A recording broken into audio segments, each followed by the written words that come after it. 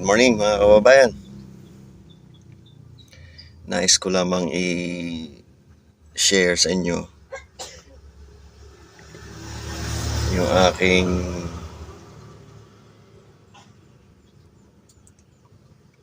opinyon tungkol sa ating mga pinuno noong nakaraan at ngayong kasalukuyan. Yung ating nakaraan ay si Tatay Digong.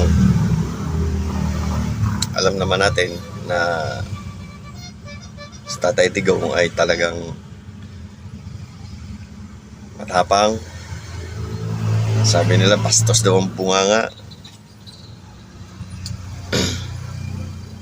Pero hindi naman lingid sa kaalaman natin na talagang may nagbago sa kapaligiran natin.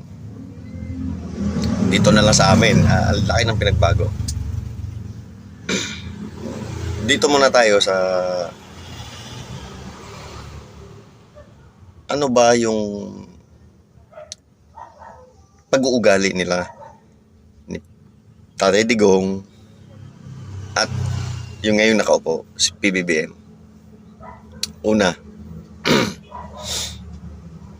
ito ay sigon sa aking napapanood sa telebisyon man, narinig sa radyo, napapanood sa social media,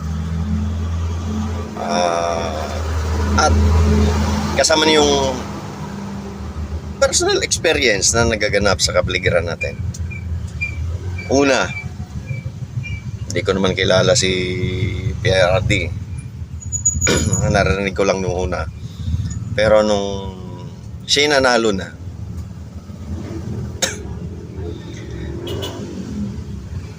at nung hindi pa siya umupo, napapansin ko kasi pinapanood ko yung kanyang mga speech, kung saan-saan man siya nagsasalita, kahit nung siya'y nangampanya pa. Napapansin ko, sadyang parang bastos nga magsalita ito. Tapos walang preno. Hanggang sa siya'y umupo, napapansin ko na kapag nagsalita si Tatay Digong,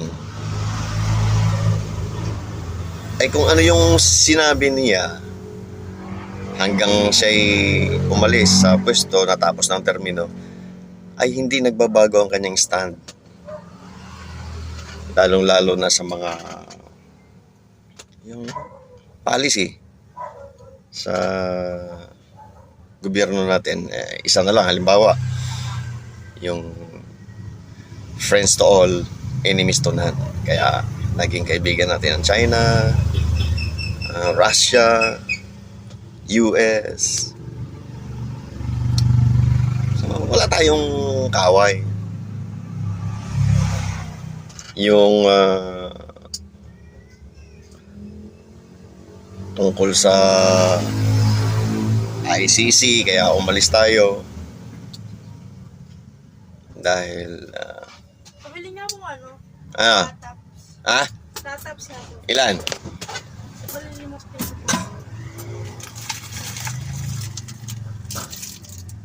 5 piso? Dalawa lang. Oh. Ngipin nga po. Kuha.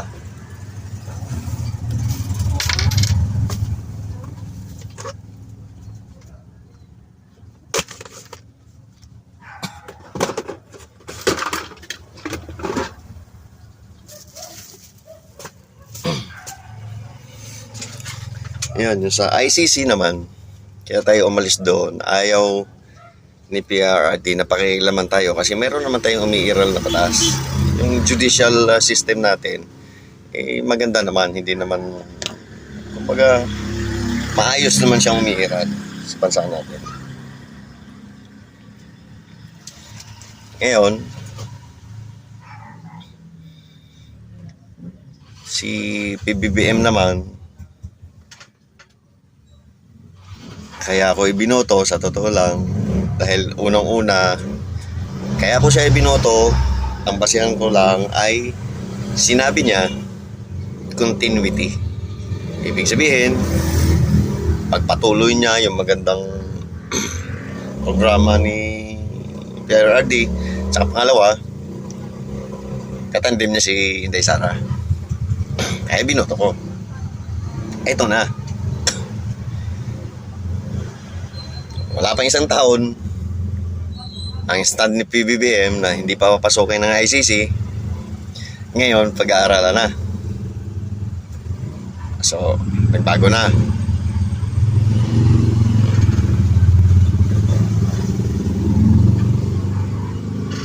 Pangalawa, ituloy niya yung build program na nakaraan. Ngayon, sabi ni Senator Amy Marcos, zero ang budget ng mga flagship program ng gobyerno. So, ibig sabihin, yung build program, hindi na matutuloy yun kasi zero budget na. Pangalawa pa lang yun sa dahilan kung bakit ko nasabing si PBBM ay kapag sinabi niya, maya-maya, nagbabago na. Sa makatuwid, walang isang salita. Okay. Tapos, kayo ngayon ang makapagsasabi, doon pa lang sa halimbawang senior ko sa inyo, kung sino ba ang strong at weak president. Siguro naman, simpleng ano lang yon, ma-identify nyo na kung sino. Para sa akin, ang strong president ay si Tatay Digong. Ayun. Yun lang sa aking opinion.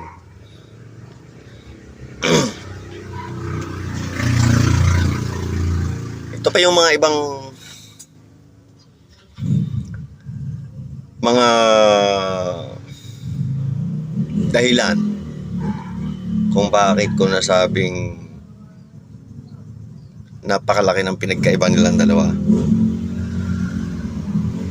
Sa governance, pagdating sa gobyerno. So, ulitin ko, may isang salita si Tatay Digong, si PBBM, wala. Strong si Tatay Digong, si BBM, weak. Okay. Sa pamamalakad naman ng gobyerno,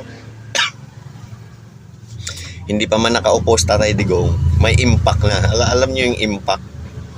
Yung pag sinabing impact kasi, marinig mo pa lang yung pangalan, parang nanginginig ka na sa takot. Alam nyo yun? Ganun kalakas ang impact ni Tatay Digong. Bago pa man siya umupo, may nangyari na. At siya naman ay hindi lang lingid sa inyong kaalaman, lalo't pagdating sa usaping droga, war on drugs. Pagdating naman doon, meron silang tinatawag na tokhang. Yun naman tokhang kasi naintindihan ng mga Bisaya yan. Tokhang, tokhang yun. Ibig sabihin, pag na-identify ng mga otoridad na yung bahay na yan, may member ng pamilya na gumagamit ng pinagbabawal na gamot, ay pupuntahan at pakiusapan na magkusang, hindi naman sumuko, magkusang pumunta sa mga otoridad, mag-commit na magbago. Max?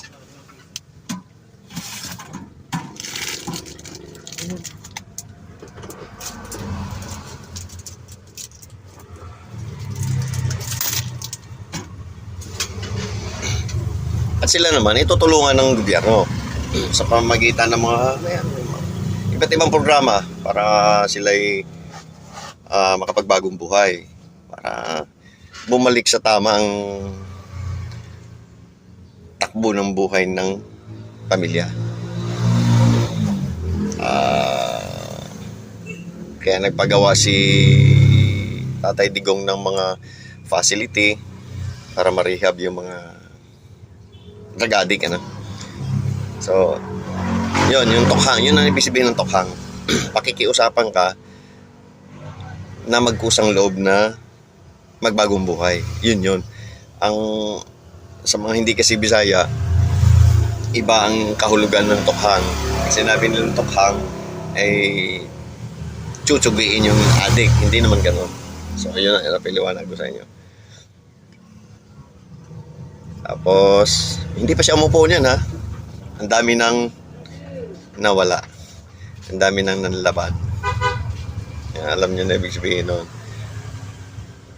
Tapos, ang dami talaga natakot.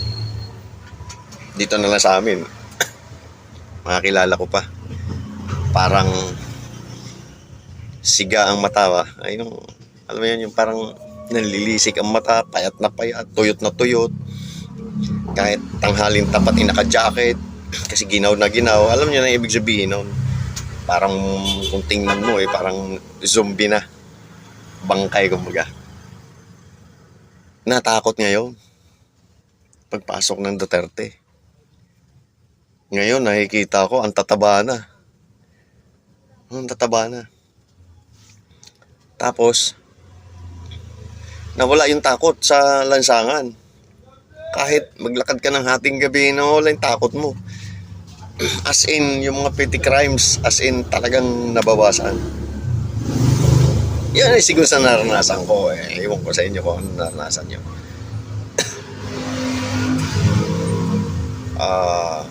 Korupsyon.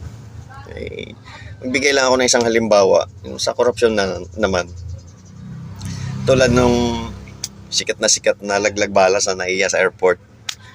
Isang sabi lang ni Tatay Digong minura lang yung mga taga NAIA pakain yung bala pag inulit pa nawala yun, as in nawala yun. Ganun ang impact ng Duterte.